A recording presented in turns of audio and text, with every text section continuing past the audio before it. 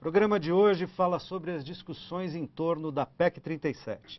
Nossos convidados para esse debate são Rubens Bessac, doutor em Direito Constitucional pela USP, Walter Foleto Santin, promotor do Patrimônio Público de São Paulo, Paulo Sérgio Leite Fernandes, da Comissão de Defesa da Constitucionalidade e das Investigações Criminais da OAB São Paulo, e Fabiana Rodrigues de Souza, procuradora da República em São Bernardo do Campo. Melhor e Mais Justo, você já sabe, está sendo transmitido ao vivo pelo portal tvt.org.br e também pela Rádio Brasil Atual FM. Você pode participar também pelo telefone 011 4930 7356. A proposta de emenda constitucional, número 37, foi apresentada pelo delegado e deputado federal Lorival Mendes em 2011. A gente terminou o primeiro bloco, né? Perguntando quais fatores poderiam ter contribuído para colocar essa PEC em evidência no Congresso Nacional agora. Se haveria interesses políticos ou de outra natureza, enfim, jogos de poder, como disse o Paulo, interesses corporativos, políticos, e ao fim do primeiro bloco, o Rubens estava me pedindo a palavra. Rubens, não, é só para comentar a pergunta da nossa ouvinte, que realmente eu achei interessante, porque ela nos leva a algumas considerações, a ouvinte Flávia, telespectadora, ou ouvinte, não sei se ela está vendo pela TV ou ouvindo pelo rádio, mas ela pergunta, isso tem a ver com a vontade política, né, Flávio, acho que todos concordam. Nós tivemos recentemente, agora em fevereiro ou março, a aprovação de uma lei enviada pela Presidência da República que altera o idioma português, pelo menos a concordância dos nomes no gênero para o feminino, porque esta foi a vontade da Presidenta. E com uma instituição até anômala, que é o Colégio de Líderes, que aprova por voto de liderança, que nem está previsto do ponto de vista normativo explícito. E existe, está aprovado, isto é aceito. Então nós não podemos asseverar, ter a certeza absoluta que é por isso, por aquilo, mas tudo leva a crer que realmente é a vontade política que muitas vezes faz com que alguns assuntos voltem à moda, se tornem up-to-date, mas na verdade é um assunto que foi lembrado pelos presidentes, já vem discutido há 4, 5 décadas no mínimo. É que ele está agora proposto, existe a vontade política na discussão, pode ser ultrapassado por outros assuntos, nós discutimos ainda fora do ar a questão da PEC 33, por exemplo, ou a questão da estrutura dos portos e desta MP. Então, realmente, isso tem a ver com a conjuntura política e tudo aquilo que ela provoca. Agora, eu queria lembrar algo que também concordo com os nossos demais convidados aqui, que se manifestaram no sentido de não haver um óbice à atuação do Ministério Público e que isto não estaria excluído, porque o 144 fala da atuação não fala da atuação pelo Ministério Público. Mas eu quero lembrar uma coisa mais importante ainda. O Ministério Público, ao Ministério Público, compete a verificação, o controle dos atos da polícia. Então, isto já é uma tarefa incumbida ao Ministério Público. Então, eu acho que é mais um dos argumentos que, na minha maneira de ver, justificaria a rejeição em prol daquilo que é o bem público maior, que é o bem público nacional, desta PEC, que só tende a limitar, e mesmo sem ter bola de cristal, a gente antevê que as coisas podem caminhar num sentido bem diferente do que vem caminhando nos últimos anos. Acho que um dado técnico bastante importante que foi colocado, a questão que já é uma função institucional do Ministério Público, o controle externo da polícia. Né? Então isso já é algo normal. A questão da investigação, como bem foi colocado pelo professor Bessac, já a concorrência da atribuição, a concorrência de funções, é uma coisa que até eu denominei numa obra, o princípio da universalização da investigação criminal. Ou seja, conferir um número maior de pessoas à investigação. Que era o que o Dr. Paulo também reivindicava, deixa eu fazer uma pequena intervenção. Por favor. Porque senão eu fico aqui no meu canto, calado, vendo o debate prosseguir sem a minha intervenção. Eu sou o mais antigo. Eu sou uma testemunha daquilo que já foi. Quando eu já era grande, o eminente promotor público estava ainda de calças curtas, a doutora não havia nascido ainda e o meu colega era adolescente. Então, eu tenho cicatrizes grandes do passado em relação à instituição que é respeitabilíssima para mim. Acabei de dizer que eu tenho uma pessoa da minha família que pontifica no Ministério Público Federal. Mas A origem desse potencial todo me deixa terrivelmente amedrontado. Por exemplo, nós falávamos da Revolução de 64, ou do golpe militar de 64. Lá em 1º de abril de 1964, deu-se um poder imenso à sua instituição. À sua instituição. E o primeiro exemplo do que se pode fazer com poder exemplarmente adstrito a uma instituição é fazê-la fazer aquilo que ela não pode fazer. Então, dentro desse potencial todo, os presidentes das comissões gerais de investigações, em abril de 1964 até 1968, eram representantes do Ministério Público, durante o militarismo. Isso me deixa apavorado com o que se pode fazer se a instituição tiver poderes em demasia. Eu não afirmo e nem renego ao Ministério Público a potencialidade no sentido de auxiliar as investigações. O que eu não quero é que se dê a um representante do Ministério Público a função de um beleguim, que é o que vai acontecer. De um? Beleguim. Beleguim é um bate-pau. É o enegrecimento da função do Ministério Público. E nós estamos caminhando para isto. Por exemplo, eu vou terminar já, meu caro repórter. Por exemplo, o Brasil hoje é um bordel eletrônico. É um motel eletronizado. E quem detém a maior potencialidade no sentido de saber o que está acontecendo com as comunicações entre os brasileiros é a instituição do Ministério Público Federal e estadual. Com a aquisição do Guardião, que antes era uma raridade. Hoje, um advogado que se preza não usa telefone, não usa celular, não usa iPad, não usa iPod, não conversa com clientes coisas que deveria manter em segredo. Eu tive os meus telefones grampeados.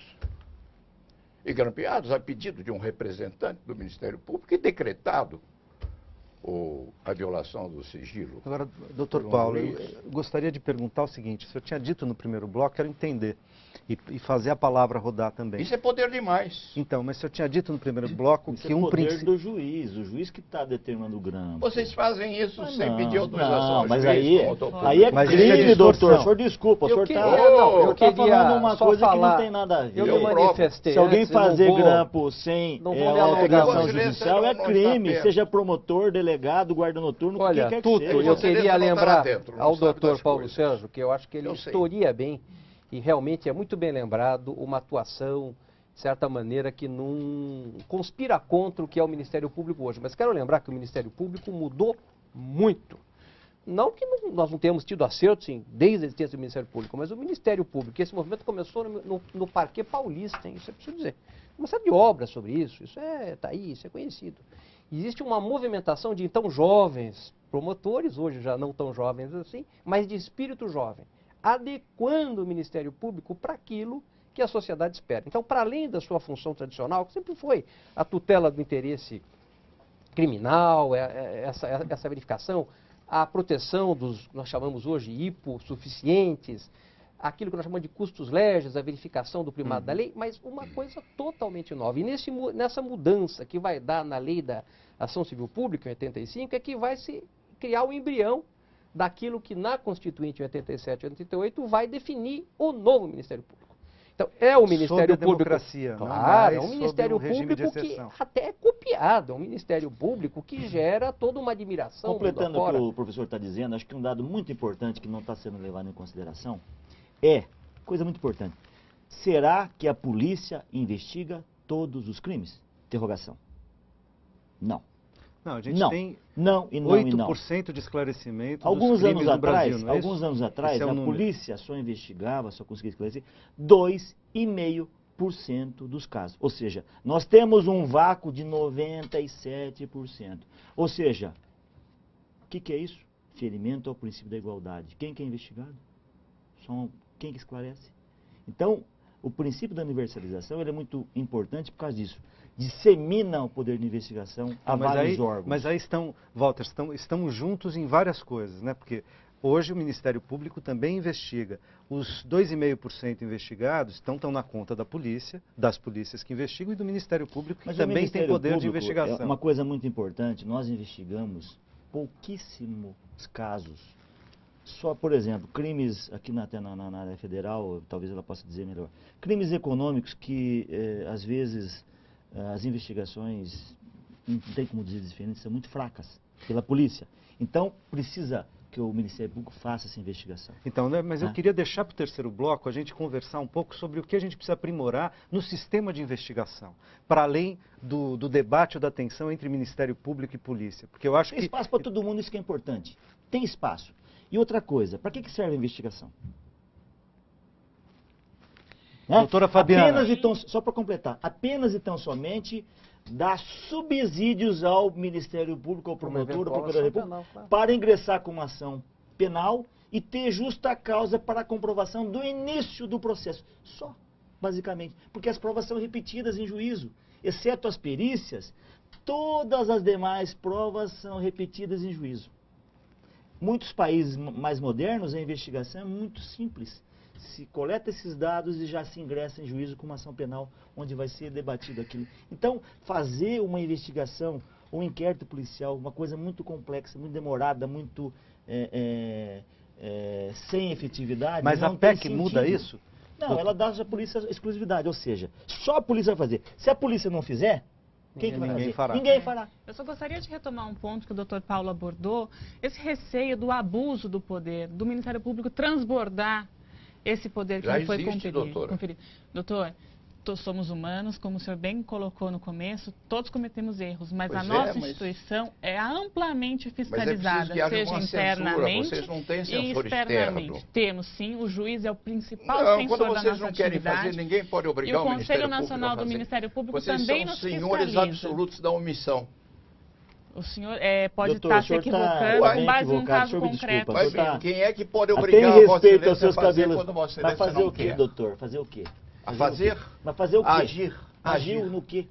Olha, eu quero lembrar aqui uma área que penal, Vossa Excelência não quer respeitando agir, aqui o que todos estão falando. Submete ao juiz. Nós temos o juiz manda o 28, o procurador insiste no arquivamento. Mas aí a nossa reforma é uma questão institucional, uma questão Não, aí é uma soberania. Doutor, quando o senhor não quer entrar com uma ação, por exemplo, qualquer ação que o senhor tem?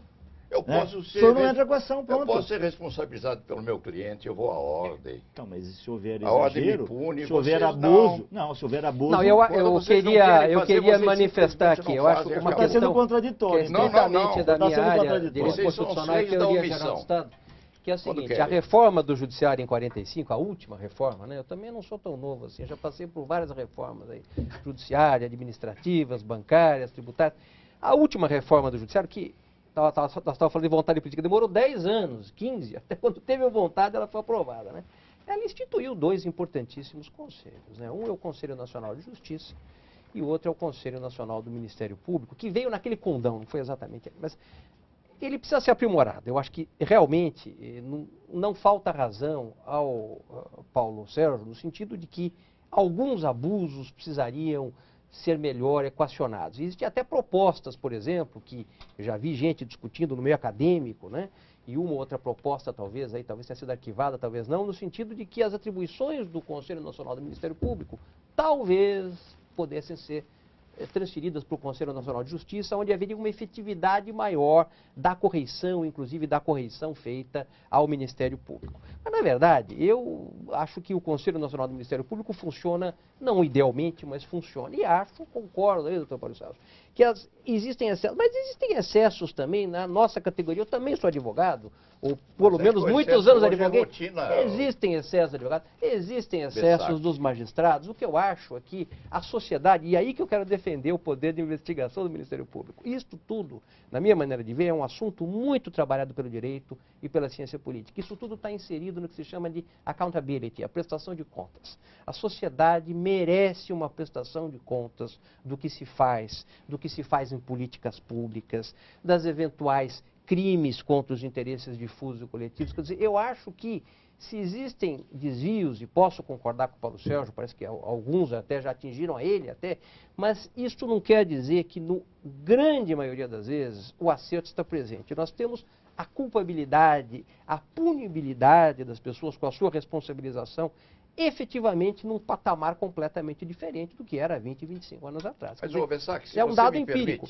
Você me permite uma intervenção muito Uma rápida intervenção para a gente ir para o intervalo. Não se entenda que este advogado é contra os poderes de investigação.